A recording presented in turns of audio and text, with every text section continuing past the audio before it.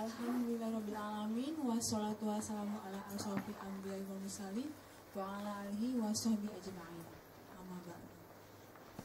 Pertama-tama marilah kita panjatkan puji syukur kehadirat Allah Subhanahu wa taala yang telah melimpahkan rahmat dan hidayah kepada kita sehingga kita dapat berkumpul di pengajian siang ini untuk menimba ilmu dan mendekatkan diri kepada Allah Subhanahu wa taala. Salawat beriring salam semoga senantiasa terlimpahkan kepada Nabi Muhammad SAW, Rasul yang membawa risalah al-Islam yang akan selalu kita nantikan syafaatnya di yaumil akhir kelak. Siang ini kita telah kedatangan Bunda Asri Ivo. Terima kasih Ibu jauh-jauh. Kami tidak terlakan Ibu kali ini. Alhamdulillah, terima kasih teman-teman telah on time datangnya ya Mbak. Jadi untuk hari ini Bunda Asri Ivo akan memaparkan tentang bagaimana menjadi wanita dambaan surga. Sebelum acara kita mulai, marilah kita buka kajian kali ini dengan bacaan basmalah. Bismillahirrahmanirrahim. Kepada Bunda Asri Ivo saya persilakan dengan hormat. Bismillahirrahmanirrahim. Sahabat-sahabat muslimah, ini bagusan itu ya. Lebih merdu sekarang, nggak sama aja. Karena memang power suaranya tidak seperti para laskar atau para askar-askar, tapi memang mudah-mudahan sayup-sayup terdengar ya, tidak membuat semua sahabat-sahabat muslimah ngantuk semuanya. Yang disayang sama Allah. Assalamualaikum warahmatullahi wabarakatuh. Waalaikumsalam warahmatullahi wabarakatuh. Alhamdulillahirabbil alamin wassalatu wassalamu ala asyrafil anbiya wal mursalin sayyidina Muhammadin wa ala alihi wa ashabihi ajmain amma ba'd. Asyhadu an la ilaha illallah astaghfirullah as'aluka ridhoka wal jannah wa a'udzu bika min sakhatika wan nar. Allahumma innaka afuwun tuhibbul afwa fa'fu anna ya karim. Alhamdulillah Allah berikan kita kesempatan bertemu dengan bulan Ramadan. Kita selalu memuji Allah, puji-pujian hanya kepada Allah, selalu memohon pertolongan, selalu memohonkan ampunan, dan kita berlindung pada Allah dari segala keburukan amal kita dan kejelekan keburukan hawa nafsu kita yang selalu membawa kita kepada jalan yang sesat. Karena kita sebagai manusia ini memang ditakdirkan sesungguhnya menjadi makhluk yang mulia. Tapi manusia ini spesiesnya bukan dari jenis malaikat. Dia memiliki hawa nafsu, keinginan, dan juga ujian yang datang dari luar dirinya. Karena itu manusia yang dipanggil oleh Allah dengan sebutan yang mesra, ya ayyuhallazina amanu, bukan ya ayyuhan nas, dipanggil oleh Allah dengan mesra untuk melakukan siyam. Ya ayyuhallazina amanu kutiba alaikumus syiyam kama kutiba alal ladzina min qablikum la'allakum tattaqun. Jadi salah satu target yang ingin dicapai dalam pesantren Ramadan kita ini atau bulan pendidikan kita ini adalah bagaimana kita mampu menjadi pribadi mukmin ini membawa menuju kepada pribadi takwa. Karena ternyata sudah setiap tahun segitu seringnya umat Islam Indonesia melakukan puasa, tapi belum juga kita melihat dampak kebaikan yang kita lihat di sosial, di masyarakat ya. Dan kita sebagai perempuan memiliki tugas yang tidak mudah. Perempuan ini Anisa Baladul Bilad. Jadi dia tugasnya bukan hanya dapur, sumur, dan kasur, tapi perempuan ini menjadi tiang-tiangnya negara yang akan membawa masyarakat menjadi masyarakat yang maju, ya, masyarakat yang berperadaban. Tapi ternyata kalau kita lihat di berita, bahkan beberapa kali saya diundang TV One di acara apa kabar Indonesia itu, berita-beritanya begitu menyesakkan dada ya. Sudah bukan menyesakkan lagi, saya bilang sudah ada gempa di dada kita. Karena belum selesai urusan Angelin, anak kita yang dibunuh, sudah ada lagi kepala sekolah yang memperkosa anak-anak muridnya. Ya, ini keprihatinan kita semua sebagai perempuan. Saya nggak tahu di sini apakah jamaahnya semua ibu-ibu atau calon ibu. Tapi yang pasti yang sudah menjadi ibu harus punya kemampuan menjadi ibu. Yang belum menjadi ibu harus punya persiapan untuk mampu mendidik, melindungi anak-anaknya. Karena anak-anak kita ini amanah, dia akan dimintai pertanggungan jawab. Dan tugas kita bukan hanya mendidik anak-anak kita, tapi juga mendidik anak-anak umat Islam lainnya. Ya, kalau kalau kita melihat bagaimana kewajiban kita berada di muka bumi sebagai perempuan, perempuan memiliki hak dan kewajiban yang sama dengan laki-laki. Kita memiliki kesempatan untuk meraih pahala dan ampunan, dan juga memiliki kewajiban untuk taat dan meninggalkan larangan. Sebagai hambanya, kita harus menjadi muslimah yang sami'na wa ata'na, karena manusia itu hidupnya diatur oleh Allah. Ya, dia nggak bisa bilang ini hidupku, ini pilihan hidup yang aku pilih ini sudah menjadi takdir Allah. Tidak, takdir itu ternyata hasil dari usaha kita. Masih ingat nggak tahun lalu saya bawakan tema apa ya? Apa jemaah baru? Oh, senyum-senyum. Ini kayaknya kalau pengajian sambil lalu mengantar waktu para ikhwan salat Jumat, nggak ya? Mudah-mudahan ini menjadi kajian ilmu kita ya. Artinya gini, saya ingin mengajak, soalnya saya ini kayaknya ketiga atau keempat ya? Keempat ya. Saya sampai hafal jalan ini sampai akhirnya, kayaknya dekat dari rumah saya di Bintaro itu. Karena sudah begitu seringnya saya di sini, atau enggak di Tamrin. Ya. Jadi saya ingin melihat apa sih yang saya berikan itu ada nggak dampaknya bagi kehidupan sahabat-sahabat muslimah semua di sini. Sudah menjadi perempuan yang lebih terampil belum? Sudah menjadi perempuan yang cerdas belum? Sudah menjadi perempuan yang punya banyak gagasan dan ide belum? Karena perempuan kan tadi dia menjadi tiangnya negara. Perempuan ini kan menjadi parameter kebaikan sebuah masyarakat ya. Kalau masyarakatnya kita lihat sekarang ini masyarakat yang sakit, itu tanggung jawab kita bersama untuk mampu merubah ya, memberikan solusi agar masyarakat kita menjadi masyarakat yang sehat.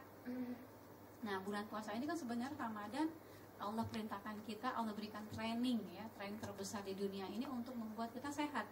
Ya, sumu tasihu kata Nabi. Tapi ternyata sehatnya bukan hanya sehat secara fisik saja, karena memang dari seluruh ahli medis sudah sepakat puasa ini kan menyehatkan. Dan juga bukan hanya menyehatkan penyakit-penyakit akut atau yang corona, tapi juga menyehatkan jiwa kita. Ya, puasa ini nggak dilihat dari segala aspek, dari segi akhlak, akidah, kesehatan, hukum, ekonomi, pendidikan, selalu begitu banyak pelajaran yang kita dapat. Tapi kita sebagai umatnya yang dipilih oleh Allah dan punya kesempatan bertemu dengan Ramadan, apakah mampu menjadikan Ramadan ini momentum dalam kehidupan kita untuk berubah? Sudahkah kita menjadi perempuan yang pandai? Karena perempuan itu al-ummu madrasatul ula, dia akan jadi ibu yang menjadi madrasah, menjadi sekolah bagi anak-anaknya. Bayangkan kalau sekolah nanti, walaupun sekarang Anda belum menikah, tapi Anda insya Allah akan menyempurnakan setengah dari agama kalian, itu menikah.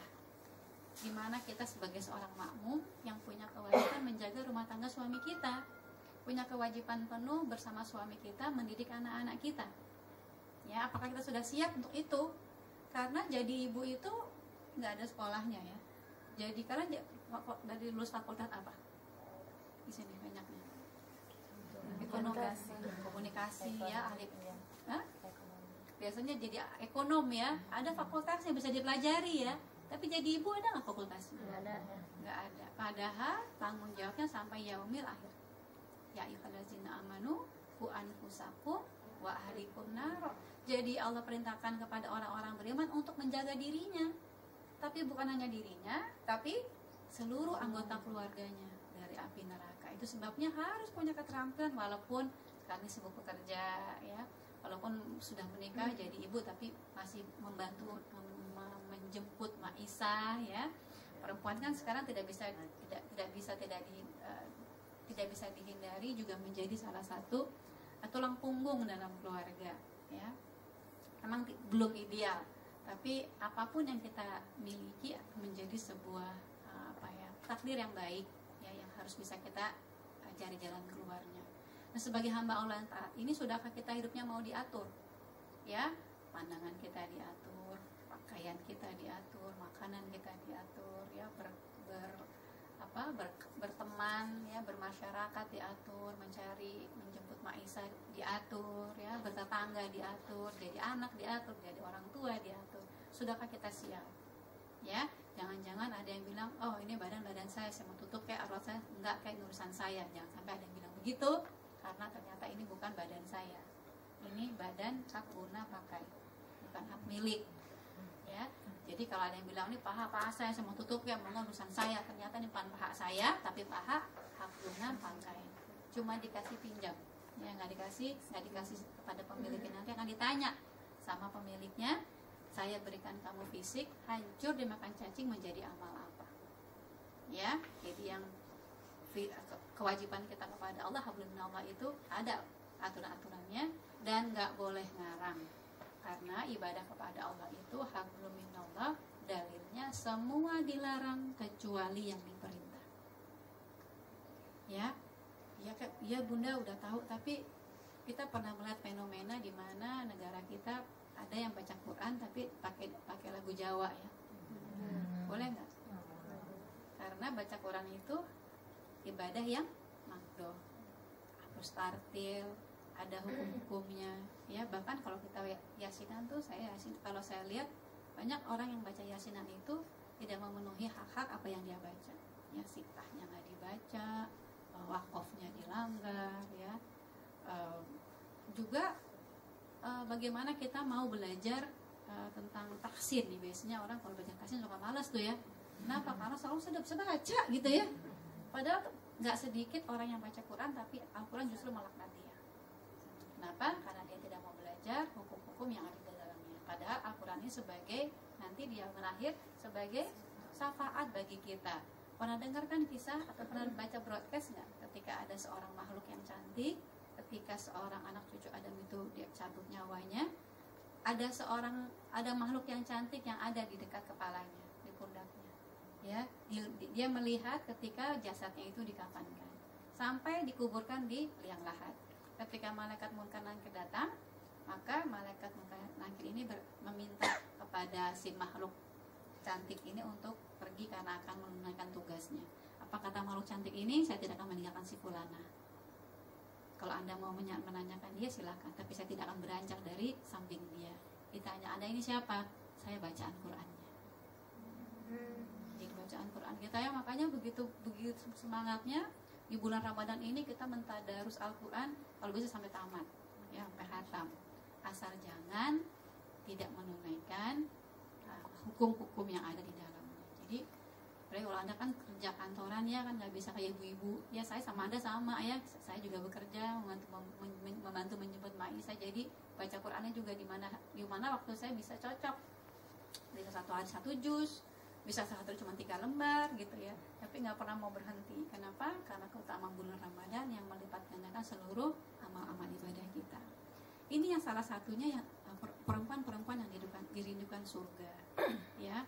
Dia begitu cinta kepada surat-surat cinta Allahnya ya. Dia begitu taat, bahkan dirinya sendiri itu diserahkan semua yang dilakukannya itu dengan hukum Allah ya. Bahkan ada sebuah riwayat menyatakan tutup kepala perempuan itu lebih baik dari dunia beserta isi. Insya Allah ya. Jadi berbahagialah kita muslimah yang mau hidupnya diatur sama Allah, memandangnya diatur. Tapi setelah kita menjadi muslimah yang taat kepada Allah, sudahkah kita menjalankan hablum minan nas? Sudahkah kita menjadi anak yang salehah, anak yang berbakti kepada orang tua? Karena walaupun kita sudah menikah, kita menjadi hak suami kita, tapi tidak menghapus kewajiban kita untuk taat ya, untuk berbakti kepada orang tua kita setelah suami kita ridho. Jadi kan ada kisah yang masyhur ya, yang Ummu Mutiah yang suaminya sampai berpesan tidak boleh keluar rumah sampai wafat ya. Ini kan sudah masyhur sekali sampai wafat. Jadi kata Nabi gimana? Orang tuamu telah terbebas dari azab kubur karena telah berhasil mendidik anaknya menjadi istri yang salehah. Padahal dia ingin sekali berkunjung kepada orang tuanya yang sedang sakit keras.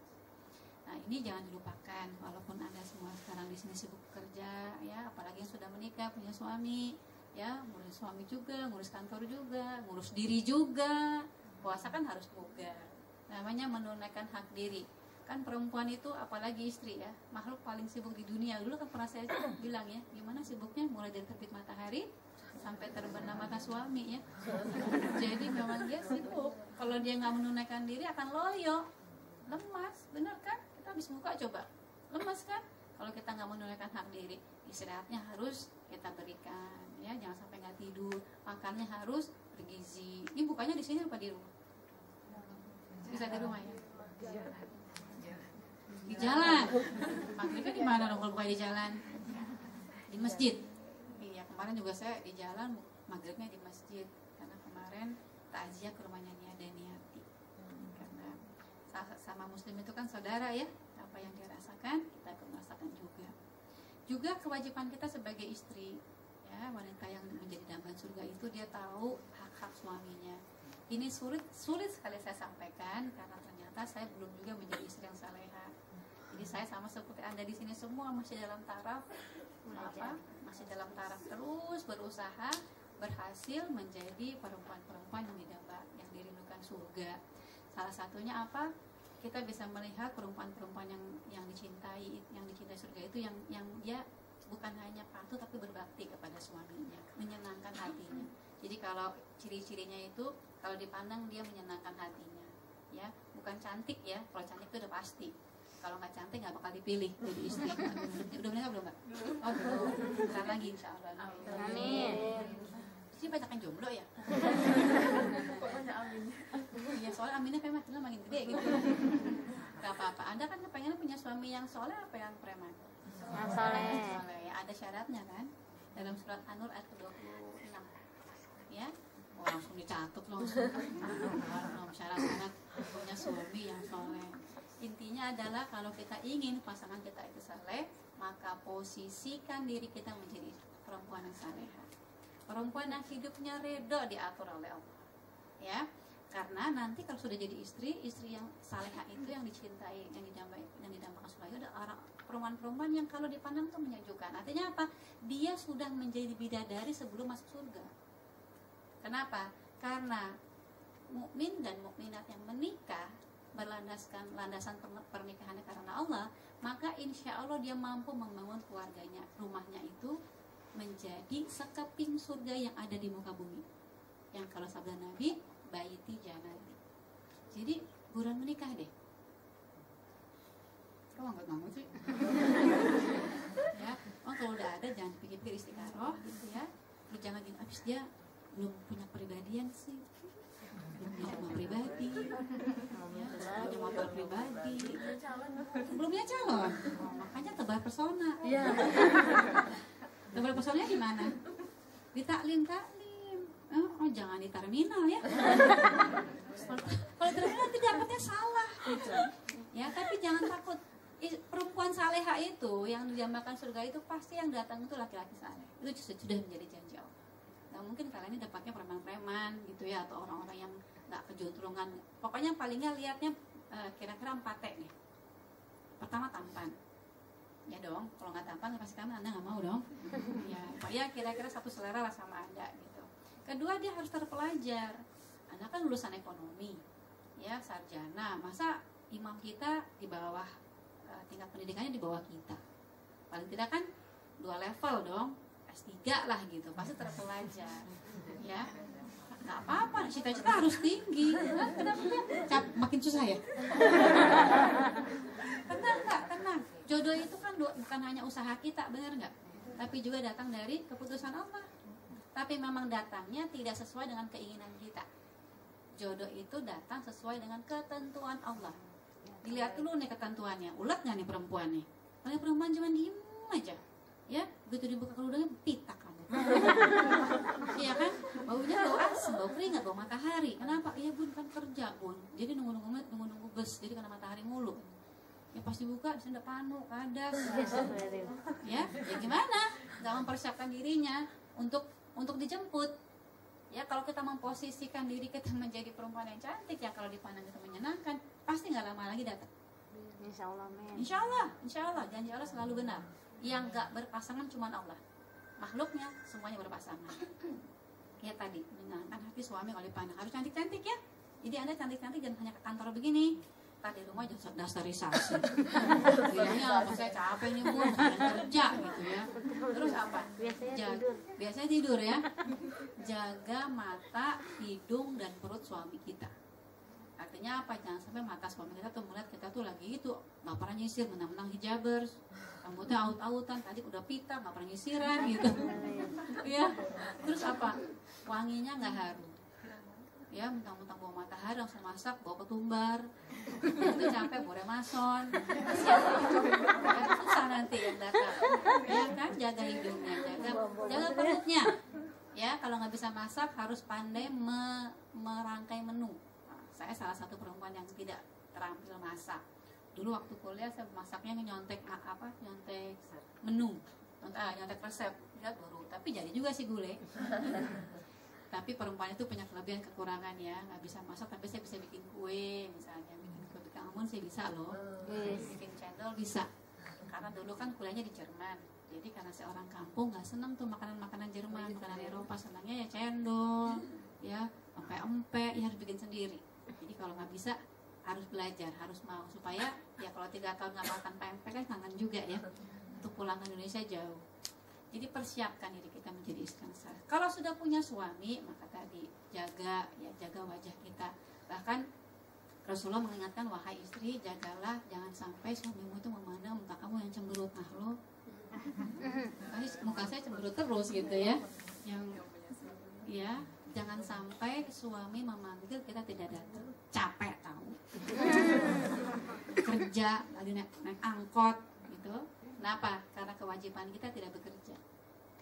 Ya, perempuan itu tidak memiliki kewajiban menafkahi dirinya pun kalau dia kaya. Karena nafkahnya sudah dijamin oleh ayahnya, oleh saudara laki-lakinya, oleh pamannya, oleh suaminya, oleh anak laki-lakinya. Perempuan itu begitu dimuliakan. Dia harus jadi bidadari di dunia, sejak di dunia. Bukan gini, nggak apa-apa deh, saya kuliahnya panjang, saya baca Quran terus, saya kerja deh. Ini bau asem, kayaknya nggak pernah senyum. Ada kan satu golongan yang belajar sunnah tapi selalu nggak pernah mau memperlihatkan muka yang indah, muka yang adem pada teman-temannya. Selalu melihat orang-orang yang kerudungnya berwarna-warni itu orang-orang yang sesat, kurang ilmu. Saya pernah datang ke masjid itu. Awalnya saya mau belajar, tapi tidak ada satupun perempuan yang menyapa saya. Ya, jadi merasa tidak nyaman, akhirnya bikin kajian sunnah sendiri. Jangan sampai kalau kita punya merasa banyak ilmu, terus kita merasa paling benar, perempuan yang lain nggak benar. Jangan sampai begini, karena nanti dalam berumah tangga juga kita tidak bisa berdamai dengan kekurangan suami kita. Ya, padahal para imam besar itu memiliki pemahaman fikih yang berbeda, tapi satu sama lain nggak pernah berantem. Ya, tapi nggak juga kayak yang di Blitar, sholat taraweh 7 menit. 23 rakaat, tahu? Lihat nggak broadcastnya? Itu kalau dilihat dari segi hukum fikihnya bukan sholat ya, karena sholat tanpa tumakninah itu bukan sholat namanya. Dan sudah 150 tahun dari turun temurun dari kiai-kiainya yang dulu. Tuh, parahnya kalau kita nggak punya ilmu. Maka dalam ilmu itu pertama yang diperintahkan iqra. Nah, iqra ini bukan hanya membaca, tapi juga mau belajar dari apa yang kita baca, dapat informasi, dapat menangkap kandungan makna supaya mampu kita amalkan. Ya. Kemudian istri yang dinamakan perempuan yang dinamakan surga itu kalau dipanggil suaminya dia selalu menyahut. Ya, kalau tidak ada alasan yang uzur yang secara syar'i diterima, dia harus menerima panggilan suaminya. Bahkan ada hadis yang menyatakan kalaupun suamimu memanggilmu di atas unta, ya, jangan dipikirin, jangan dibayangin. Hanya begitulah redaksi hadisnya ya. Jadi ada orang mikir gimana di atas onta, nggak usah dipikirin. Ya, tapi memang ada hadis yang diriwayatkan seperti demikian. Ini benar, ini perempuan kan, kita menjadi perempuan yang dihambatan surga kan. Kita kan kepengen perempuannya cantik sampai ke surga, benar? Amin. Nggak cantik di sini aja kan? Lagian enak kalau cantik di surga, nggak usah pakai krim malam, ya kan? Nggak usah pakai tabir surya. Sekarang kita kalau pakai tabir surya, cemong mukanya. Bener nggak nih? Muka saya cemong-cemong karena matahari, karena apa semuanya? Kayak tabur surya gitu. Tapi kalau udah dipakai, udah dirawat, dijaga kebersihannya, diberi nutrisi, ya udah, yang selebihnya takdirnya Allah. Ya, yang penting suami kita bilang apa? Engkaulah yang tercantik. Yes. Alhamdulillah, nanti suami kita bilang, alhamdulillah punya istri cantiknya kalau bangun tidur. Iya benar. Kalau di TV kan cantiknya kalau di TV doang, benar nggak? Pakai merah-merah, hijau-hijau, ungu, benar nggak? Kita nggak pakai apa-apa, tapi suami kita bilang, masya Allah, alhamdulillah bini gue cakep. Kenapa? Asli Asli ya. ya. Kenapa nggak berani dirubah-rubah? Dalam surat An-Nisa ayat 119 Allah berfirman, setan itu selalu mengajak perempuan atau manusia untuk merubah ciptaan Allah. Dan manusia itu merubah, disuruh potong telinga, dipotong telinganya. Dibilang nggak boleh cabut alis, dilaknat, kan nggak dicabut bun, cuma dicukur. Ya sama juga. Kan nggak dicukur, tapi apa? Disulam. Ya, kok alis yang disulam, bukannya baju yang disulam. Ini alis yang disulam. Ini sepakat ulama, tidak ada khilafiyahnya bahwa dilaknat Allah orang yang meminta dan yang mencukur alisnya, meratakan giginya dan tato, karena dia menutup jalannya wudhu. Ya, dia nggak bakalan bisa menjadi bidadari surga, apalagi di dunia kalau tidak bertaubat. Ya, juga pandai mengelola keuangan rumah tangga. Jadi perempuan itu harus memiliki kemampuan namanya qanaah, cukup dengan yang sedikit, tidak merasa lebih dengan yang banyak. Ini kan kalau dalam bulan Ramadan kebanyakan justru umat Islam itu jadi konsumtif ya. Padahal kan di lain pihak kita harus berhemat, harus cermat bagaimana caranya. Sebenarnya ada pengurangan beras dong ya kalau dalam bulan Ramadan ini, tapi ternyata kalau dilihat dari sekarang yang terjadi di masyarakat malah semakin konsumtif dan harganya semakin meningkat ya. Kalau harga semakin meningkat sih nggak apa-apa kali ya, bagi-bagi rezeki sama saudara-saudara kita. Cuman yang menjadi kendala bagaimana kita mampu mengatur keuangan rumah tangga kita. Dan dalam bulan Ramadan ini mampu mengelola hal yang remeh-temeh. Jangan sampai nanti udah sekarang ini masih sibuk bikin kue, masih sibuk ke penjahit, ya, masih sibuk cari kerudung. Mudah-mudahan hal yang remeh-temeh ini sudah siap, ya. Masih ke bank cari uang kecil, gitu ya. Lagian kenapa jangan terlalu kecil uangnya, kan kesian nanti yang menerima anak-anak kita itu. Kalau kecil nggak bisa beli apa-apa juga, gitu ya. Ini. Kemudian kewajiban sebagai ibu. Nah, di sini saya sebenarnya sih mau bedah buku, tapi nggak mungkin nggak baca waktunya ya. Ini saya menulis buku, judulnya 2 Sayap Menuju Surga. Tadi kan perintah Allah, ya ayyuhallazina amanu qu anfusakum wa ahlikum nar. Jadi kita harus menjaga keluarga kita dari api neraka. Artinya apa? Kita harus memberikan sayap kepada anak-anak kita, kepada keluarga kita untuk sampai di pintu gerbang surganya Allah. Sayap itu adalah sayap iman dan sayap ilmu. Nggak bisa cuma satu sayapnya. Kalau cuma satu sayapnya nggak akan sampai. Ada orang yang tinggi ilmunya, banyak gelarnya, tapi ketinggian ilmunya tidak membuat dia dekat kepada Allah. Ada nggak? Ada ya. Ini saya bawa beberapa in case kalau sahabat-sahabat semua di sini nggak punya waktu yang banyak untuk cari-cari di Gramedia. Sebenarnya di Gramedia ada, tapi saya bawakan beberapa. Kalau berminat harganya 60.000 karena ini bukan milik saya, ini milik penerbit Erlangga. Tapi karena saya yang menulis, saya ingin informasi ini sampai ke setiap ibu-ibu maupun calon ibu maupun calon eyang, ya. Karena calon eyang juga harus mampu mendidik cucu-cucunya sesuai dengan bagaimana Allah mengharapkan anak-anak kita menjadi anak-anak yang saleh dan sukses dunia akhiratnya. Saya punya 3 putra-putra. Putra saya yang pertama sudah 22 tahun. Alhamdulillah sudah bekerja, sudah mandiri secara ekonomi, lulus dengan lulusan yang terbaik, Masya Allah. Yang kedua, anak saya kuliah di Ritsumeikan di Jepang.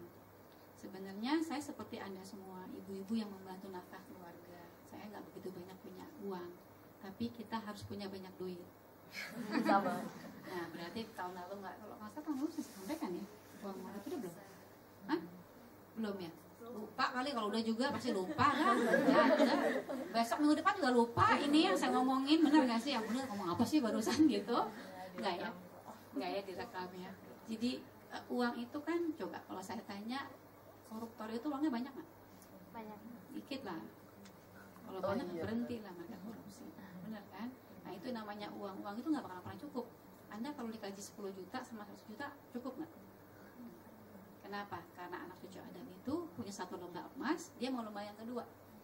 Itu sebabnya istri yang perempuan yang dinamakan suami, perempuan yang dinamakan surga, istri yang dinamakan suami itu harus memiliki kemampuan untuk qanaah tadi. Kenapa? Walaupun dia nggak banyak uang, tapi harus banyak duit. Duit itu D-nya apa? Doa. Wa iza sa'alaka ibadi ani fa inni qarib ujibu da'wati da'i. Jadi Allah bilang aku dekat, aku kasih apa yang kalian minta. Jangan sedih walaupun terjadi dosa, tapi anak-anak kalian atau apa yang kalian inginkan aku ijabah. Amin. Tapi syaratnya 2. Syarat dan ketentuan berlaku. Pertama apa? Falyastajibuli. Kalau bilang apa? Ijabah yang aku mau. Jadi yang Allah mau bukan hanya sholat, bukan hanya syahadat, bukan hanya puasa, zakat dan haji. Yang Allah mau itu kita mampu mengamalkan Quran dari Al-Fatihah, Al-Baqarah, Ali Imran sampai Anas. Bagaimana implementasi kita dalam sholat kita? Iya karena budu. Iya karena saya. Ada loh orang yang sholat, dia bilang dia menyembah Allah, tapi dia suka pergi ke orang nggak pintar, ke orang nggak normal. Iya kan? Jadi dia tidak percaya bahwa hanya Allah satu-satunya yang disembah dan dimintai pertolongan. Ya, kenapa? Saya mau naik jabatan nih.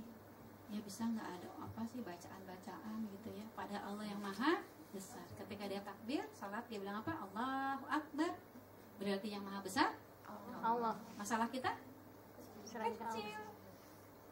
Selama ada doa yang banyak dan mengijabah yang Allah mau.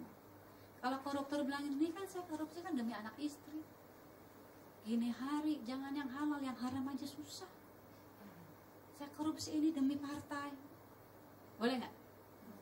Karena Allah itu Ar-Razzaq. Kita nggak boleh halal, haram, hantam, nggak boleh. Ada peraturannya. Ya, oh saya buka kerudung karena tuntutan berat. Karena saya kan membantu nafkah keluarga. Nggak boleh menghalalkan cara untuk membuat kebaikan. Kenapa? Karena kebaikan yang hakiki itu datang dari Allah. Maka falyastajibuli, ijabah, nurut, taat aja sama Allah. Yang kedua, waliyu'minu, iman padaku. Iman ini bukan hanya percaya, tapi mempercayakan hidupnya pada Allah. Pihak pada Allah. Punya usahanya sungguh-sungguh. Jangan udah banyak doa, udah ijabah yang Allah mau, tapi nggak punya etos kerja yang baik. Ya gaji saya sebulan segitu aja nggak naik-naik. Kalau bisa malas ngapain rajin? Maka di kantor kerjaannya chatting sama status update. Nggak pernah status keterampilan diri. Nggak pernah memberikan pekerjaan yang terbaik dan bekerjanya tidak profesional. Hati-hati. Orang yang salatnya khusyuk itu bukan ketika dia sholat, tapi orang yang sholatnya khusyuk adalah orang ketika dia sholat, setelah selesai sholat, dia tahu bahwa segala perkataan dan kelakuannya dilihat dan dicatat sama Allah. Sehingga yang menjadi sejadah dia bukan tadi yang kita pakai sholat. Sejadahnya kapan? Di mana? Kemana kakinya melangkah itu nih sejadah dia. Jadi ketika Anda bekerja, inilah sejadah Anda. Anda harus beribadah. Kalau beribadah dengan ihsan, bekerja dengan itqon. Apa itqon? Profesional. Kalau Anda seorang ekonom, jadilah ekonom yang profesional, mampu memberikan gagasan, mampu memberikan jawaban dari permasalahan tempat Anda bekerja. Apapun pos. Jadi keberkahan itu bukan tingginya jabatan Anda atau banyaknya gaji Anda, tapi sejauh mana Anda amanah dengan pekerjaan yang Anda miliki. Walaupun bos Anda nggak ngelihat, tapi Anda punya atas kerja yang baik. Kenapa? Karena yang Anda cari bukan hanya gaji. Kalau Anda bertumpu berorientasi bekerja pada gaji, maka Tuhan Anda gaji. Tapi kalau Anda berorientasi kepada Allah, pekerjaan Anda ini cuma sarana. Emang sih gaji saya cuma 20 juta. Tapi walaupun gaji cuma 20 juta, anak saya tiga-tiganya bisa kuliah dimanapun dia mau. Kenapa? Nah, pas lagi lulusan, pas kantor kasih beasiswa. Bukan kebetulan. Kalau kita buka Al-Quran ya, Al-Hadid, nggak ada yang kebetulan dalam muka bumi ini. Sudah tertulis di lauh mahfuz. Nggak ada yang kebetulan. Ya, jadi usahanya sungguh-sungguh. Dalam bekerja ilmu apa yang kita miliki, kompetensi apa yang kita punya, maka berikan. Bahkan kalau saya lihat di negara-negara lain tuh tukang sapu aja itu mereka khusyuk mengerjakannya, sehingga lihat bagaimana negara bersihnya. Di Indonesia, masya Allah, jauh dari akhlak yang Islami. Banjir di mana-mana, jorok, kotor, bukan hanya banjir tapi begitu banyak bencana alam. Kalau dilihat, kalau salah satu kewajiban kita kan menjaga kelestarian alam dan memanfaatkan untuk umat. Kalau kita zolim kepada alam, maka alam yang memperbaiki keseimbangan alam. Ya, jadi jangan salahkan, ini kenapa sih banjir? Ini kenapa sih nggak taunya apa? Hutannya digundulin. Kenapa sih Indonesia miskin? Kenapa? Ikannya diambilin. Padahal ketika diteliti, hasil laut Indonesia saja sudah cukup untuk menyekolahkan anak-anak Indonesia sampai perguruan tinggi. Saya dulu kuliah di Jerman. Saya tuh Auslander, saya tuh orang asing di Jerman. Tapi saya kuliah 0 rupiah. Setiap Anda punya kemampuan masuk ke perguruan tinggi, Anda bebas kuliah. Gimana nggak maju negaranya? Lihat Jerman. Seluruh umat manusia yang punya kompetensi bisa masuk perguruan tinggi, silakan. Negeri ya. Bahkan dulu ketika saya sekolah tuh di Berlin ada Berlin Barat, Berlin Timur ya. Bukan hanya orang-orang Jermannya saja, orang-orang Indonesia juga di sana kalau dia jadi student, dia hamil, dia melahirkan, dapat tunjangan dari negara. Kenapa? Supaya Anda nggak usah bekerja dan Anda harus menyusui bayi Anda. Gimana nggak maju negaranya sumber daya manusianya? Ya, jadi berpihak kepada hukum Allah itu, iman kepada Allah itu bukan hanya percaya, tapi mempercayakan kehidupan kita. Mau diatur, usahanya sungguh-sungguh. I-nya apa? Ikhtiar. Sekarang usaha sama. Ikhlas. Ya, mau sekarang diundang sama kantor naik haji, atau mungkin lewat bonus suami kita, atau mungkin kakak kita. Gue pengen naik umroh nih, nggak temennya, laki gue nggak bisa ikut, temenin gue dong, mau nggak bisa gue kerja ngantor, lebay ya. Ya, wa yarzuqhu min haitsu la yahtasib. Allah itu kasih rezeki buat kita dari arah yang tidak disangka-sangka. Semua. Saya pernah ceramah di Cibubur, ada ibu-ibu buruh cuci. Ya, ibu-ibu buruh cuci 1 minggu itu cuma 200.000 income-nya. Tapi anaknya mampu kuliah di Jepang, sudah semester keempat sekolah kedokteran. Siapa yang kuliahin? Allah. Jangan nggak yakin, harus yakin. Anda jangan GR. Anda tuh sekolahin anak-anak kita yang sekolahin tuh Allah langsung. Kita cuma menjemput rezeki yang sudah Allah siapkan buat mereka. Ini sarana kita ini, kantor ini, tempat kita untuk beribadah dengan suka. Karena ibadah itu bukan hanya hablum minallah. Ya, T-nya apa? Tawakal ya. Wa tawakkal Allah fahuwa hasbuh. Kalau engkau bertawakal padaku, aku cukupin. Kalau cuma ngandalin gaji ya nggak cukup. Tapi kalau bertawakal kepada Allah, tadi doanya bagus, ikhtiarnya bagus, usahanya sungguh-sungguh ikhlas, maka Allah bilang gimana? Aku cukupkan, tenang. Tenang nggak kerjanya ini? Kepengen yang terbaik nggak? Pengen. Kenapa? Walaupun bos saya nggak lihat, walaupun kepala bagian saya nggak lihat, Allah selalu nyatet, Allah selalu lihat.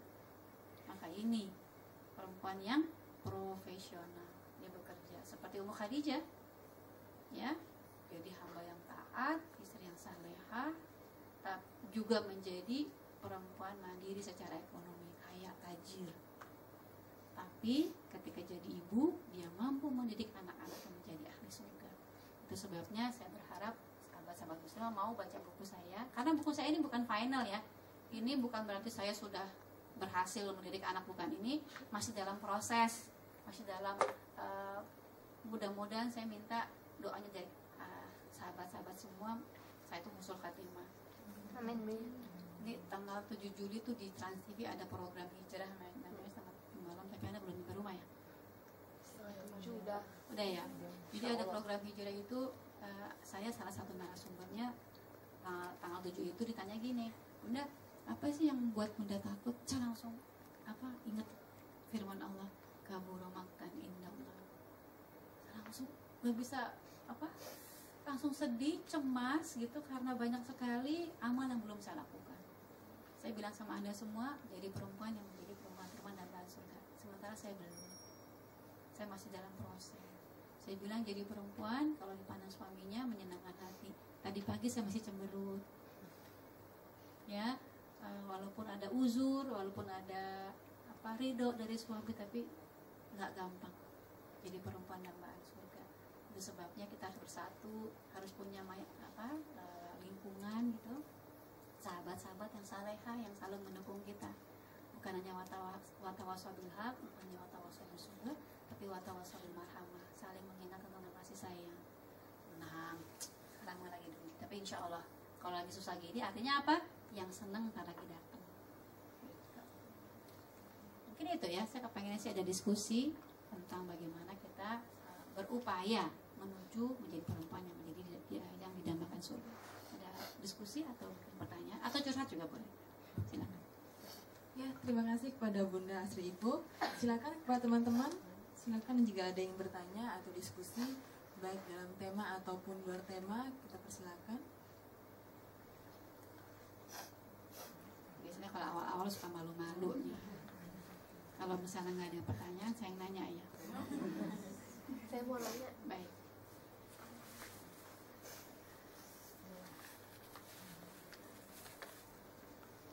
Assalamualaikum warahmatullahi wabarakatuh. Nama saya Isti. Saya mau tanya Bunda, kita kan harus berbakti sama suami ya. Saya nurut sama Belum suami. menikah belum? Udah, Oh, alhamdulillah. Belum punya anak, putra putri. Putri, punya putri. Pokoknya lebih mentingin suami daripada orang tua, bisa dibilang begitu ya, kata yang saya tahu begitu. Tapi kan ada juga yang bilang suami yang gimana dulu yang harus kita taati gitu. Kalau memang suaminya itu imam yang baik, ayo. Tapi kalau menurut ajaran agama dia kurang baik, kita harus tetap ngikutin atau kita boleh Baik. buat ini gitu. Memang laki-laki ini kan kawamun ya, pemimpin bagi perempuan. Jadi dia walaupun kawamun, dia ini tercipta dari jenis manusia. Artinya pemimpin itu bisa banyak sekali melakukan kesalahan. Nah, suami istri itu kalau dalam bahasa Al-Quran libasun, pakaian. Pakaian ini bukan hanya melindungi dari panas dan dingin, tapi menutupi kekurangan. Bener ya? Ada alat yang gede tutup pakai baju nggak kelihatan, gitu ya. Jadi perempuan juga begitu, suaminya menjadi pakaian bagi dirinya. Nah, redaksi hadisnya memang bahwa salah satu ridho Allah itu ada pada ridho suamimu, tapi redaksinya bukan suami yang bagaimana dulu, enggak begitu.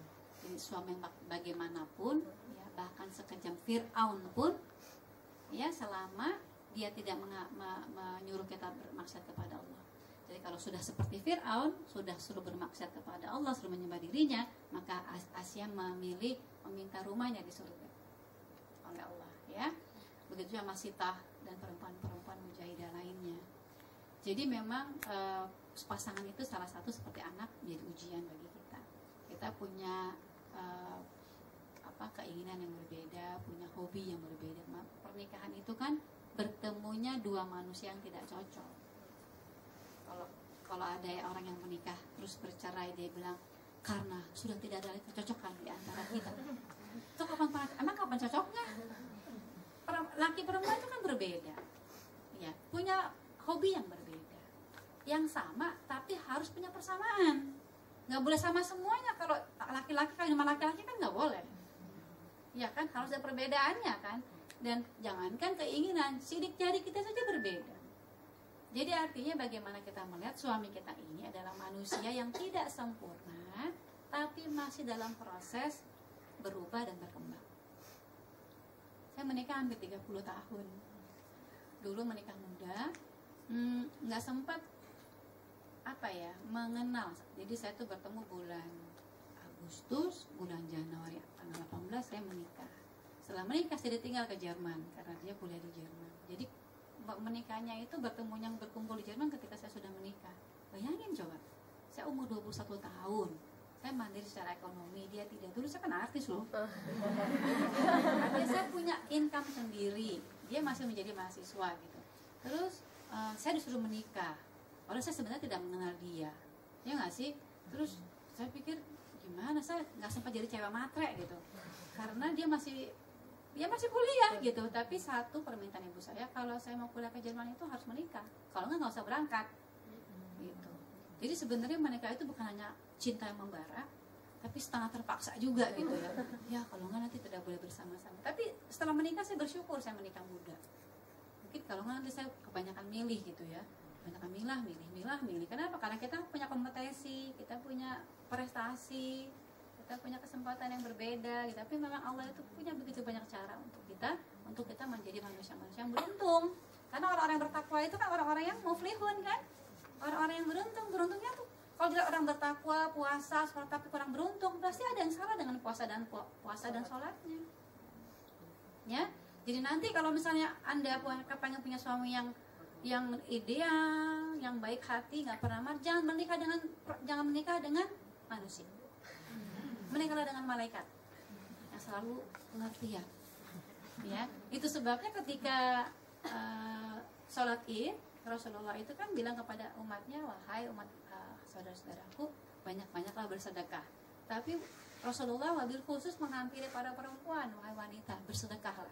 Karena aku melihat di neraka itu banyak isinya perempuan. Ini pada komplain ya, perempuan datang aja perempuan semua, laki-laki pada jalan-jalan tuh, ambil kuliah khutbah Jumat. Khutbah Jumat juga jangan-jangan nggak dengerin.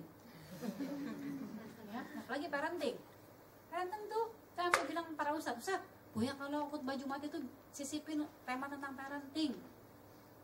Kebanyakan kan laki-laki bilangnya gimana? Pendidikan, urusan ibunya, gitu kan? Benar nggak? Tapi kalau kita buka Quran, pendidikan urusan siapa? Urusan siapa? Urusan ayahnya. Coba yang memberi nasihat kepada anaknya Luqman siapa? Ayah. Ibrahim, Yakub. Tapi para ayah tidak diberikan persiapan untuk menjadi ayah. Ini namanya kenapa sekarang Indonesia ini menjadi negara fatherless country. Anak-anak Indonesia itu banyak punya ayah tapi nggak berayah. Karena ayahnya nggak tahu bahwa dia punya kewajiban mendidik anak-anaknya. Anaknya cuma jadi ATM doang. Ayahnya tuh jadi ATM anaknya doang. Cuma kasih uang doang. Kita kalau udah terlambat baru menyesal. Ngapain nih selama ini capek pulang pergi pagi pulang pagi, pergi cuma cari makan. Kalau orang kerja cuma cari makan, monyet di hutan juga kerja cari makan. Benar kan? Tapi nggak ada nilai ibadahnya. Karena itu lihat, pasangan kita adalah manusia yang punya banyak sekali keanehan, ya, tapi juga punya kelebihan. Maka terima pasangan kita kelebihannya, tapi harus mau berdamai dengan kekurangannya. Itu sebabnya kan ketika menikah kita istikharah dulu kan, jangan langsung jadi iya baik saya bersedia, nggak gitu. Tapi harus ada ta'aruf dulu, harus ada supaya apa? Supaya tahu hak dan kewajiban kita. Karena coba lihat perempuan kan kebanyakan lebih banyak di majelis taklim daripada laki-laki ya. Kalau dilihat kan ilmunya mestinya lebih tinggi perempuan. Ya, Ummu Aisyah itu banyak menjadi referensi hadis bagi para sahabat, mengajar pada banyak sahabat. Tapi kenapa Rasul mengingatkan perempuan? Bersedekahlah kalian perempuan, karena perempuan itu lebih banyak mengisi neraka-neraka. Apa yang menyebabkan kita masuk ke neraka? Pertama, perempuan itu suka melaknat. Emang tuh lu tuh ya, dasar ini anak nakal, anak setan. Kalau anak setan, ibunya setan. Nggak sadar ya.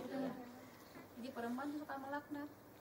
Kedua, suka melupakan kebaikan suami. Suami kayak gimana dulu? Padahal baru hari ini doang nih yang nggak berpengertian, baru minggu ini doang. Mungkin karena tekanan di kantor, karena tekanan keluarga, kita nggak berempati dengan apa yang suami kita tanggung di pundaknya. Padahal dia kan imam, dia mungkin tidak sehat, mungkin tidak kuat. Jadi walaupun imam dia bukannya Power Ranger, ya kan? Dia nggak bisa berubah, nggak bisa begitu. Dia sama kayak kita punya banyak kekurangan, maka berdamailah dengan kekurangannya, ya. Dan enaknya tuh kalau punya suami ya sering-sering tuh sholat berjamaah. Kenapa? Supaya kita bisa mendapat maafnya lebih sering, ya. Cium tangannya, maaf ya. Dan jangan gengsi meminta maaf walaupun kita benar. Kenapa? Karena sulit Allah cinta sama kita kalau kita tidak patuh dan sayang kepada suami, walaupun suami kita menjadi ujian bagi kita. Termasuk saya yang ngomong, ya. Saya juga punya suami, ujian saya sama seperti sahabat-sahabat muslimah semua di sini. Saya masih terus belajar, tapi intinya satu, jangan pernah putus asa dari rahmat Allah. Dan Allah itu maha baik sama kita, proporsional. Nggak mungkin kita udah berusaha baik terus kita dikasih suami yang jahat. kecuali menjadi ujian, ya, karena Allah itu kalau kasih ujian pasti lihat kompetensinya. Nggak mungkin anak-anak SMP dikasih ujian anak-anak udah perguruan tinggi, ya. Jadi lihatlah kebaikan dari pasangan kita. Kalau orang-orang mukmin itu dia selalu melihat uzur dari saudaranya. Itu kan lihat tadi kan dia negor apa, ketemu lo nggak negor kan? Oh, dia mungkin nggak lihat kali. Gimana nggak lihat, orang depan kaget gitu sih. Ini maksud saya mau kasih contoh bahwa kita tuh selalu punya banyak uzur. Kenapa? Karena apa? Nggak ada untungnya kalau kita tuh seuzon. Gimana nggak lihat orang depan-depanan kita? Oh, lagi sakit anget kali dia. Selalu ada uzur gitu. Nggak sakit anget, orang sehat walafiat, bugar kalau dia cuma dengan negor lo aja. Oh, akhirnya gimana? Dia nggak suka kali sama gue. Masuk gue deh. Kita nggak bisa maksa orang untuk sayang sama kita. Nah, kita kan nggak tahu kita orangnya aneh mungkin, cemberut melulu. Kalau dikasih tahu ngeyel, nggak mau kerja sama. Tapi kalau salah nggak boleh disalahin. Coba, siapa yang sayang sama kita kayak begitu? Sehingga apa? Ya udah, nggak seneng sama gue kali, gue kan aneh. Begitu sama pasangan kita. Kenapa sih suami kita tuh nggak pernah mau ngomong? Gue kali yang banyak ngomongnya. Kalau laki-laki itu cuma berapa? 7.000 kosakata. Kita berapa? Banyak. 21.000. Kenapa? Karena kita ini ibu. Kita ini yang mengajar, lebih banyak mengajar pada anak-anak kita. Ada loh dari guru saya cerita, ada suami istri yang konsultasi ke guru saya. Dia bilang yang konsultasi suaminya, saya udah gak sanggup lagi, Ustaz. Istri saya bawel. Dia udah gak sanggup lagi, dan dia bilang dia mau pisah. Mau pisah kan, pernikahan itu kan digenggam dengan ma'ruf, dilepas atau dengan ma'ruf. Gak boleh digantung-gantung. Jadi saya mau minta sama Ustaz, saya mau pisah aja sama istri saya. Kata guru saya gini deh, kalau kita lihat lagi, kita breakdown lagi permasalahannya apa. Selain istri kamu tuh bawel sekali, ngomel melulu, coba lihat kebaikannya ada nggak? Kan nggak mungkin dong, udah belasan tahun kan, masa nggak mungkin gitu, punya anak pula, masa nggak ada kebaikannya? Iya sih, walaupun dia suka ngomel dan cerewet, anak saya tuh di sekolah ranking semuanya. Oh ya, kenapa? Anak saya itu fast reading. Kalau baca tuh cepat, sehingga di sekolah tuh dia bisa membuat essay menjadi jadi dia bisa menceritakan kembali dalam cuma beberapa menit saja. Di buku-buku yang segini nih cuma setengah jam, sejam udah selesai dibaca. Banyak sekali kosakata yang dimiliki oleh anaknya dia. Oh, Anda tahu nggak dari mana anak Anda itu punya kosakata yang banyak? Ini benar terjadi. Coba kalau kita mau melihat segi baiknya dari pasangan kita aja, pasti ada yang bisa kita lihat kebaikannya.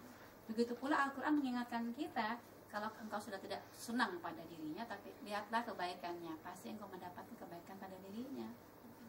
Iyalah, jangan sampai kita menjadi orang-orang yang dilaknat oleh surga. Kenapa? Karena memenuhi neraka. Suka melaknat dan melupakan kebaikan suami.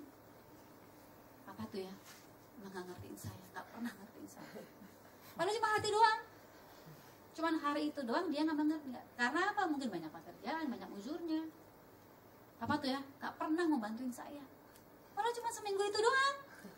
Karena tugas kantor keluar kota, sehingga dia nggak bisa bantuin istrinya untuk melakukan hal yang lain. Dan juga jangan lupa bagaimana kisah Umar bin Khattab. Udah dengar belum kisahnya? Umar bin Khattab ini kan dia seorang presiden, ya, Amirul Mukminin yang tegas, yang amanah, yang disebut Al-Faruq, singa pada pasir. Jadi suatu saat sahabat ini punya istri begini nih, kayak teman yang saya ceritakan tadi. Udah gak tahan lagi, mau curhat aja sama Amirul Mukminin deh. Dia datang ke rumah Umar. Begitu dia datang, dia lihat Umar lagi dibacain sama istrinya. Umar ngapain? Diam. Iya. Sahabat bengong, baru mau curhat. Kenapa Umar begini sama istrinya? Akhirnya dia malu sendiri. Terus dia pelan-pelan mengendapkan. Tapi udah keburu kelihatan Umar bin Khattab. Hei, Fulan, nggak mungkin kamu nggak punya hajat kalau tidak datang ke sini. Apa hajat? Ngomong juga malu. nggak enak kalau ambil mulut. Kenapa? Nggak apa-apa, sampaikan saja. Sebenarnya saya mau curhat, istri saya itu cerewet banget. Bisa lihat istrinya ambil mu'min lebih cerewet dari istri saya. Apa kata Umar? Wahai fulan, dia itu ibu dari anak-anak. Dia itu ibu dari anak-anak. Dia yang memasakkan untuk, dia yang mencuci baju. Maka berikanlah haknya. Haknya apa? Ngoceh. Makanya sebagai perempuan-perempuan yang di dalam surga, ngocehnya itu harus berdasarkan kitab, baca siro, baca tadabbur Quran. Supaya apa? Supaya yang keluar dari lisan kita itu ilmu yang bermanfaat. Mengerti? Sederhana? Bisa diterima? Bisa ya. Jadi suami kayak apa dulu? Redaksinya tidak seperti itu. Mau suami kayak Bang Toyib, kita punya kewajiban, nggak pulang-pulang, kita punya kewajiban bersama baik. Ya, siapa tahu dapat tugas kantor nggak pulang-pulang, udah langsung dibikin lagunya. Ya, baik. Satu lagi bisa nih kalau ada yang mau. Ada lagi kira-kira? Ya, silakan.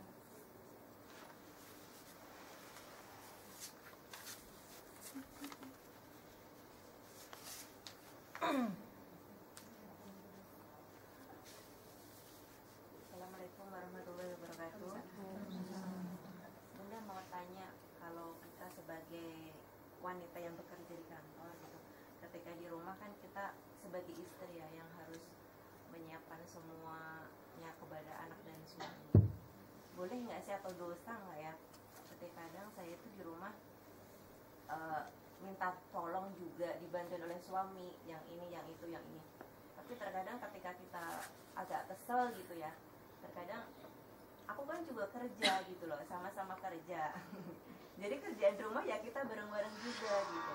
Terkadang itu kalau kesel gitu sampai gitu, mungkin suami berpikir ya memang dia tugasnya mencari rezeki gitu ya. Tapi sebagai kita sebagai wanita, kadang kita kan juga bantuin kerja di kantor gitu, sama-sama kerja. Di rumah juga bantu-bantu bareng-bareng gitu. Walaupun suami juga bantu sih, kadang kalau lagi kesel aja Bunda, itu dosa nggak sih kita apa ya, sepertinya ngerasa bahwa nggak fair gitu loh Bunda, tapi nggak selalu gitu kalau lagi kesel. Iya, gini, kalau lagi marah itu sebenarnya bukan dosa atau nggak dosa atau pahala atau tidak, saya tidak bisa memberikan masukan buat Mbak ya. Karena kita nggak pernah ngitung-ngitung pahala yang kita buat, kita juga nggak pernah bisa mengiranya dosa yang kita lakukan, sehingga saya tidak kompeten mengatakan itu dosa atau mendapat pahala. Tapi yang pasti adalah ketika manusia itu punya batas dan dia bisa marah. Sebenarnya marah tuh boleh apa enggak sih? Boleh, asal marahnya itu konstruktif. Jangan mengumpat. Tadi kan suka melaknat, yang nggak boleh itu yang melaknat. Kamu tuh payah nggak pernah bantuin deh. Gue kan kerja juga, nah, itu yang melaknat. Tapi kalau mau menerima dulu nih keadaan yang tidak enak ini, terima aja dulu. Terus apa? Beri waktu kita untuk menilai apa maksud Allah memberikan keadaan ini pada kita. Apakah supaya kita lebih sadar diri bahwa kita adalah perempuan, punya tugas yang lebih utama? Apakah kita sadar diri bahwa ternyata banyak sekali hikmah, nggak mungkin jadi secara tiba-tiba. Jadi yang ingin saya ajak kepada Mbak adalah bagaimana kita mau melihat bagaimana kita marah secara marah cantik. Ya, marah. Kita kan bukan malaikat ya. Walaupun ngaji tiap bulan di sini, walaupun lupa lagi nih ngajinya. Tapi kita tetap jadi manusia biasa, ya. Nah, pertama saya selalu melihat namanya al-wa'ad dan al-wa'id. Al-wa'ad ini apa? Janji baik Allah yang Allah janjikan kepada hambanya yang taat. Dan al-wa'id ini ancaman bagi orang yang melanggar. Ya, al-wa'adnya apa? Ketika Allah berfirman dalam hadits qudsinya, barang siapa yang mampu menahan murkanya, walaupun dia mampu, nanti dia bertemu denganku, akan aku tahan murkaku walaupun aku mampu. Dahsyat. Gak tahu ya, kalau saya merasa dosa saya banyak banget, kesalahan saya seubek-ubek. Saya berharap nanti Allah ketemu saya, Allah akan menahan murkanya, melihat jangan sampai geleng-geleng kepala Allah gitu ketemu saya. Jadi dari sekarang saya sangat belajar belajar mau untuk mampu menahan murka walaupun saya bisa. Walaupun nggak selalu berhasil ya, nggak selalu berhasil. Kalau keadaan lagi fit, lagi oke, kita mampu. Apalagi Ramadan, siam ini katanya menahan, mampu mengendalikan menata. Tapi ketika kita tidak fit, lagi down gitu, apa yang kita lakukan? Diam. Kenapa? Karena kalau berucap akan berdampak pada sesuatu yang tidak diridhoi. Diam, cari tahu, terus apa? Ingat janji Allah. Nanti suatu saat insya Allah ketemu saya, Allah akan tahan murkanya. Padahal sebenarnya pengen ngomel nih. Ya. Kedua, waktu yang baik untuk memberikan kesempatan pada suami kita untuk mau melihat diri kita. Bahwa sesungguhnya suami istri sebenarnya tidak sama-sama bekerja, tapi bekerja sama. Ya, karena salah satu larangan bagi perempuan itu menyuruh suaminya melakukan pekerjaan rumah, pekerjaan perempuan. Salah satu larangan. Jangan, jadi redaksinya jangan kau suruh suamimu mengerjakan pekerjaan perempuan. Tapi kalau dia datang dari keinginan sendiri, seperti Rasulullah kan menjahit baju yang robek, membantu menyapu halaman rumahnya. Rasulullah membantu istrinya memasak. Itu bukan istrinya yang menyuruh Rasulullah, tapi Rasulullah adalah orang yang paling lemah lembut terhadap istri-istrinya. Ya, jadi marah itu pertama harus di manage, harus punya manajemen marah. Pertama tadi diskusi yang luar biasa itu. Bentar ya, ada iklan. Karena saya ada kajian lagi di sini. Ya, siap.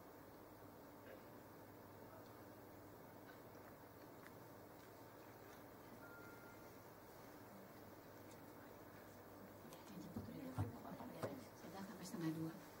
Kedua, Mbak, kalau lagi marah gitu coba ngaca deh. Jelek. Cakep apa jelek? Ya, gini. Kalau kita perempuan kan nggak mau jelek kan? Lu udah bener kesel nih, coba deh. Ini jangan ketawa dulu, tapi kalau bener lagi marah kesel gitu coba baca. Coba ngaca.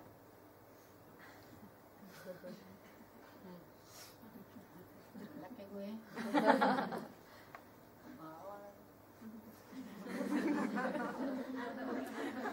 Bener deh, coba deh anak ngaca jelek.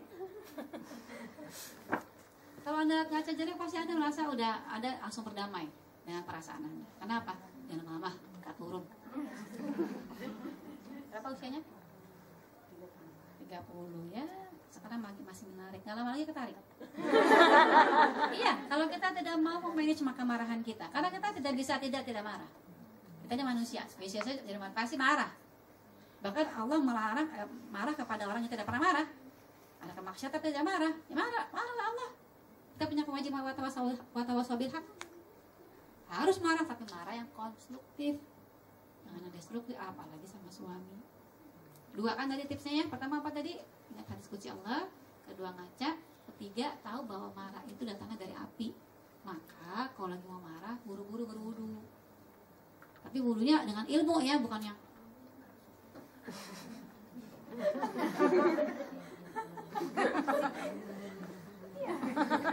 udah itu nggak hilang, tetap ada marahnya.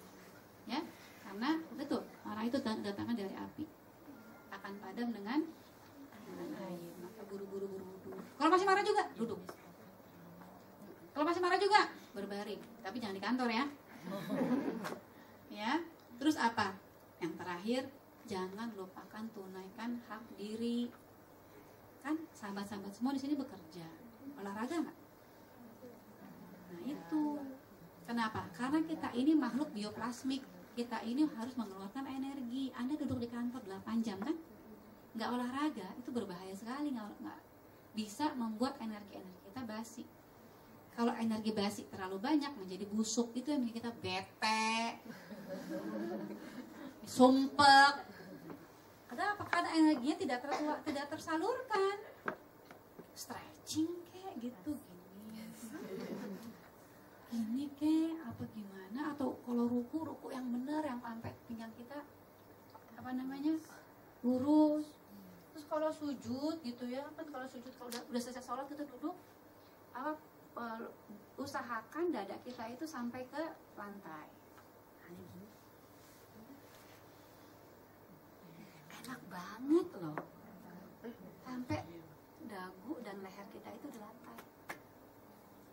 Kalau belum nyampe nggak apa-apa, sampaikan. Itu semua meregang. Kucing aja ngulet. Masa kita nggak olahraga? Ya harus ada peregangan. Jadi tuh nyuci naik kejar-kejar angkot.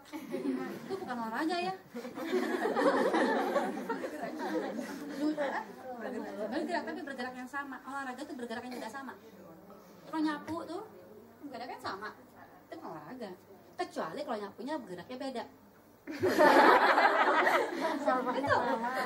Itu olahraga. Kalau nyapu, nyuci itu bergerak yang sama. Ya, tunaikan hak diri. Kalau Anda nggak bugar, susah. Jadi beda dari itu, dia harus benar, baca Quran yang ngerti, dia harus pintar, dan dia harus bugar. Kenapa? Karena dia punya kewajiban untuk melayani suaminya. Itu kewajibannya enak. Ya, mendapat pahala seperti kita melakukan ibadah yang lain. Ya, jangan sampai pekerjaan kita ini membuat kita kehilangan kesempatan kita untuk beramal soleh. Ya, kalau lagi tidak fit, lagi emosi lagi kurang stabil, mendingan diam deh, lebih aman daripada ngomong. Ya, kalau syukur-syukur bisa ngomong sama suami, diam gitu. Kalau saya gitu, kok diam aja sih, lagi marah. Suami kita kan bukan tukang sulap. Dia tahu dari mana kita marah. Dia tahu dari mana udah capek. Dia juga capek juga. Oh lagi marah. Kalau dia bilang marah kenapa? Sekarang belum bisa ngomong. Kalau aku ngomong sekarang pasti kamu gak redo deh dengerin. Tahu kekurangan kita. Kita tuh kalau lagi marah ngomongnya judes. Nggak marah lagi judes. Awas Pak ya, kalau jemput yang terlambat loh Pak. Nanti aku buka di rumah loh Pak. Ntar lagi, apalagi bukber tuh, pangsit sama itu belum dipanasin. Ya, apalagi lagi marah. Kalau saya sadar diri banget, saya tuh aslinya tuh ngomongnya tajam. Tapi nggak seperti silat sih. Makanya apa sekarang? Udah sampaikan kepada ayat aja. Jadi kalau dibilang tajam itu bukan kata aku. Kayak ada orang, Mbak, boleh nggak FaceTime dikit aja? FaceTime kan nggak merubah, cuma naikin tuh gitu. Saya jawabnya apa? Dia pada ngomel ya. Oh Mbak, buka aja Anissa 119. Ih mati dapetnya ayat. Itu terus saya bilang, Mbak ngapain sih Mbak? Udah tua juga, sadar diri. Kalau nggak enak juga ya. Tadi dia marah sama saya, mendingan gini. Mendingan Mbak buka aja surat Anissa ini. Ini sebenarnya ngomongin orang ya, astagfirullahaladzim nih ngomongin orang. Ngomongin orang. Ya seperti mengunyah bangkai. Ini baru bukber. Pas bukber gini. Tuh perempuan kan yang ngambil suami orang kan? Ini baru juga buka, mentang-mentang udah nggak batal tuh mulut udah gitu. Surat Al-Hujurat ayat 12. Ingat, ini apa dari siang sampai sore nahan lapar aus doang. Kalau udah buka bisa membicarakan aib saudaranya. Ya ngerti kayak begitu gitu. Jadi lihat sadar diri kelemahan kita apa, kelebihan kita apa, maka kita bisa lebih terampil hidupnya. Udah selesai. Apa ada lagi tadi? Oke. Cukup ya? Jadi mudah-mudahan kan pulangnya jauh ya. Mudah-mudahan bermanfaat dan saya sangat berharap boleh. Ini bisa kita amalkan dalam kehidupan kita. Khusus kan sahabat-sahabat muslimah semua bekerja. Ya, jangan lupa tadi 3 ya. Harus jadi muslimah yang benar, pintar dan bugar. Sama-sama kita baca Al-Fatihah. Mudah-mudahan surat pembuka ini Allah bukakan semua pintu-pintu kemudahan bagi kita. Al-Fatihah.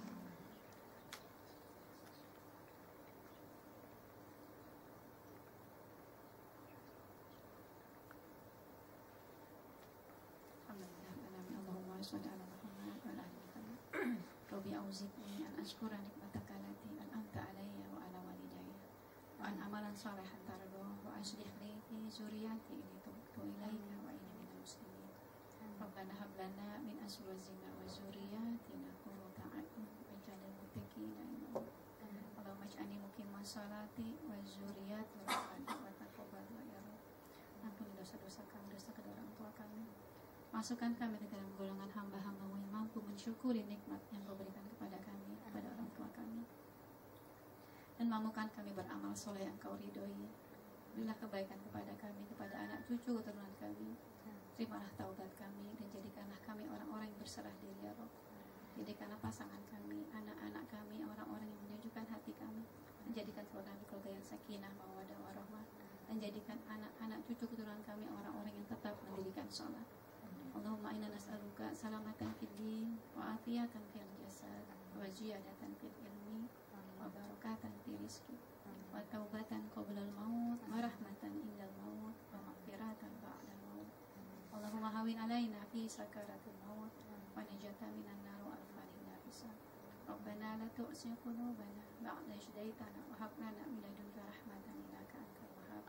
Rabbana atina fid dunya hasanah wa fil akhirati hasanah wa qina azabannar. Alhamdulillah. Subhanakallahumma wa bihamdika asyhadu an la ilaha illa anta astaghfiruka wa atubu ilaik. Kalau ada kebenaran datangnya dari Allah, kalau ada kekhilafan, kesalahan dari saya, dan mohon maaf kalau ada kata-kata yang tidak berkenan di hati para sahabat-sahabat semuanya. Wassalamualaikum warahmatullahi wabarakatuh. Waalaikumsalam warahmatullahi wabarakatuh. Terima kasih kepada Bunda Asri Ivo. Demikianlah, alhamdulillah kita telah mendengarkan penjelasan bagaimana menjadi wanita dambaan surga. Mudah-mudahan kita dapat mengambil intisarinya dan mengamalkannya walaupun sedikit. Amin. Itu aja, kita tutup dengan alhamdulillah dan doa. Sudah ya? Sudah. Assalamualaikum warahmatullahi wabarakatuh. Waalaikumsalam warahmatullahi Jika ada yang berminat dengan bukunya silakan, kalau memang belum bawa uangnya